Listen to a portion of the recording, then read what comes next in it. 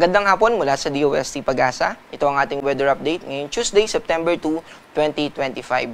Nananatili sa loob ng Philippine Area of Responsibility yung binabantayan natin na low pressure area. Pero ngayon ay tinaas na natin sa medium chance yung tsansa na maging isa itong ganap na bagyo. Ibig sabihin, sa susunod na 24 oras ay hindi natin ito nakikita na magde-develop sa isang bagyo. Pero after nung 24 hours na yon, ay posible na ito na maging bagyo.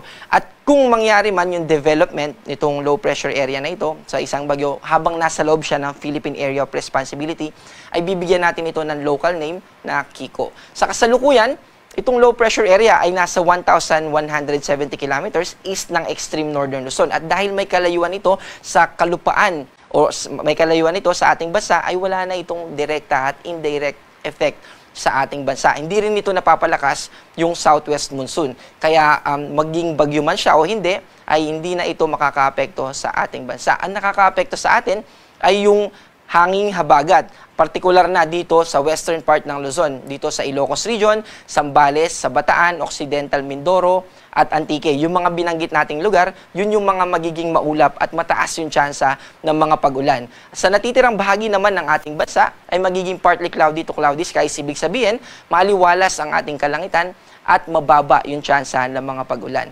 Pero, posible pa rin yung mga localized thunderstorm. At sa kasalukuyan, ay meron tayong nakataas na thunderstorm advisory. Ibig sabihin, posible na makaranas tayo ng mga pag-ulan na pwedeng magdulot ng mga pagbaha dito sa Nueva Ecija at ganoon din naman sa probinsya ng Quezon.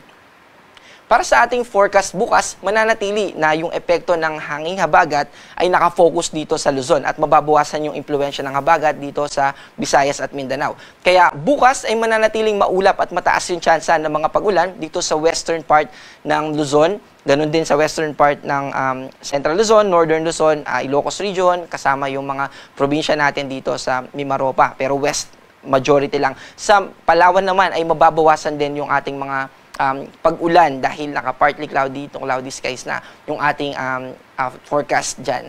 At ang agwat ng temperatura dito sa Metro Manila ay 24 to 30, sa Tagaytay naman ay 22 to 28, sa Tuguegarao ay 25 to 31, at sa Legazpi ay 25 to 31. Dito naman sa Palawan, tulad ng binanggit natin kanina, kasama yung Visayas at Mindanao, magiging maliwalas ang ating kalangitan at mababa yung tsansa ng mga pag-ulan. Pero yung thunderstorm, posible pa rin na maranasan natin. Ayan yung mga nagpo-form na kaulapan, lalo na during daytime. Kapag naarawan yung kalupaan natin ay nagkakaroon dahil napapaligiran tayo ng katubigan, so yung moisture content sa ating atmosphere malapit sa surface ay mataas. At kapag nagkakaroon ng evaporation, yun yung nagiging kaulapan na nagdudulot ng mga localized thunderstorm. At yung mga localized thunderstorm na yon, kapag well-organized yan, tumatagal yan hanggang 2 oras. Ibig sabihin, yung mga ganong klase ng mga thunderstorm ay posible pa rin na mag-trigger ng mga pagbaha at pagguho ng lupa. Kaya, para malaman natin kung meron tayong thunderstorm na posibleng makaapekto sa atin, pwede tayong bumisita sa panahon.gov.ph or tignan natin yung Pag-asa website para mas maging updated tayo sa mga i-release pa na issuances ng Pag-asa. At overall, ibig sabihin, dito sa Visayas, sa Mindanao, sa Palawan, magiging mababa yung tsansa ng mga pag-ulan. Agwat ng temperatura dito sa Cebu ay 25 to 31, sa Iloilo ay 25 to 31 din, sa Tacloban ay 25 to 32, at sa Davao ay 25 to 31. Sa kasalukuyan ay wala tayong nakataas na gale warning.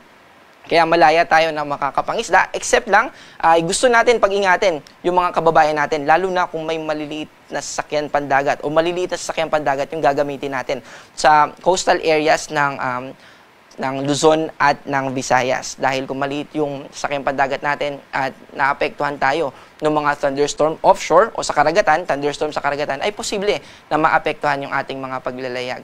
At para sa ating 3-day weather outlook o yung inaasahan nating panahon sa susunod na 3 araw, simula Thursday hanggang Saturday, dito sa Metro Manila, magiging maulap pa rin hanggang Friday. Pero in terms of intensity o lakas ng mga pag-ulan, ay mas mababawasan na. And by Saturday, ay magiging maaliwalas na yung ating kalangitan. Sa Baguio naman, ay maaliwalas sa kasalukuyan hanggang sa Thursday.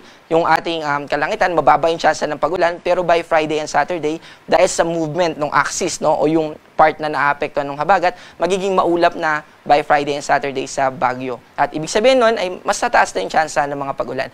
Sa Legazpi naman, at ganun din naman dito sa buong Visayas at ganun din dito sa buong Mindanao, magiging maaliwalas ang ating kalangitan hanggang sa Saturday. Ibig sabihin, mababa yung chance ng mga pagulan.